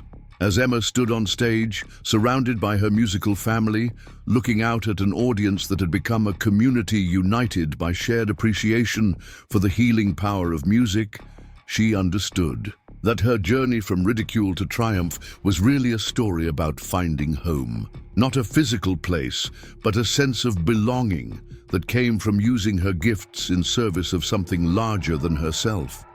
The cruel laughter that had once broken her spirit now seemed like a distant memory, transformed into fuel for artistic growth and social change that was benefiting countless other young people facing similar challenges. Emma had not just found her voice, she had learned to use it as an instrument of healing and hope, creating the kind of world she had needed as a frightened child, and ensuring that future generations of young artists would have access to the supportive communities that could help them flourish. The final notes of her concert faded into appreciative silence before erupting into thunderous applause, but Emma barely heard it. She was already thinking about the next workshop, the next young artist who needed mentoring, the next opportunity to use her platform for creating positive change. The girl who had once feared her own voice had become a woman whose voice was changing the world, one song and one community at a time. 2 years later, Emma Chen stood backstage at Carnegie Hall, adjusting the simple white dress that had become her signature performance attire. The venue represented the pinnacle of musical achievement, yet she felt the same centered calm that had carried her through countless performances since that transformative night at the Riverside Theatre. Marcus watched from the wings as his daughter prepared for what many considered the defining moment of her young career. The solo concert had sold out within hours, with proceeds supporting music education programs in underserved communities across the nation. Emma had insisted on donating every penny, staying true to the values that had guided her remarkable journey. The program featured Emma's original compositions alongside reimagined versions of the songs that had marked her path from wounded child to confident artist. Jazz would join her for several pieces, their musical partnership having evolved into something transcendent. Tyler's keyboard arrangements provided the foundation for Emma's most complex works, while video messages from Claude, Ruth, Linda, and Michael would connect her to the community that had made everything possible. Sarah Mitchell sat in the front row, tears already forming as she remembered the broken girl who had first walked into Harmony Heights Community Center. The transformation seemed miraculous, yet Sarah understood it had been built through countless small acts of kindness, patient encouragement, and the unwavering belief that every voice deserved to be heard. Emma's opening song was Finding Grace, the composition that had emerged spontaneously during her early days with the group. Her voice filled the legendary hall with crystalline purity, each note carrying the weight of her journey while soaring, with hope for the future. The audience sat in reverent silence, recognizing they were witnessing something extraordinary. Victoria Campbell watched from her seat with professional pride and personal joy. Emma had exceeded every expectation, not just as a performer, but as a young woman who used her platform to create opportunities for others. The Young Artists Showcase program had been forever changed by Emma's influence, adopting her model of community-centered development as its core philosophy. As Emma transitioned into her most powerful ballad, a song about transformation through adversity, her voice carried the stories of countless young people who had found their own strength through the programs she had helped establish. The melody spoke of darkness turned to light, of silence becoming song, of wounds becoming wisdom. The final song was Amazing Grace, performed exactly as she had that first night at Harmony Heights, with simple accompaniment that let her voice tell its story without artifice or pretension. As the last note faded into reverential quiet, the audience erupted in a standing ovation that seemed to shake the very foundations of the historic building. Emma stood at center stage, no longer the frightened child who had fled from cruel laughter, but a young woman who had transformed her pain into purpose. She thought of every student now studying in programs she had advocated for, every young artist finding their voice in supportive communities, every child who would never have to face ridicule alone because of the changes her journey had inspired. Marcus joined her on stage for the final bow, his pride evident in every gesture. They had traveled this path together, father and daughter united in their belief that music could heal and that every voice mattered. The girl who had once been silenced by cruelty was now amplifying voices across the nation, creating the world she had needed as a child. As the curtain fell and Emma waved to the cheering crowd, she understood that this moment wasn't an ending, but a beginning. Her voice had found its purpose not in personal glory, but in service to others, ensuring that no child's gift would ever again be met with mockery rather than celebration. The standing ovation continued as Emma and Marcus walked off stage together, ready to return to their real work of building communities where every young artist could find their voice and use it to make the world more beautiful. Up next, you've got 2 more standout stories right on your screen.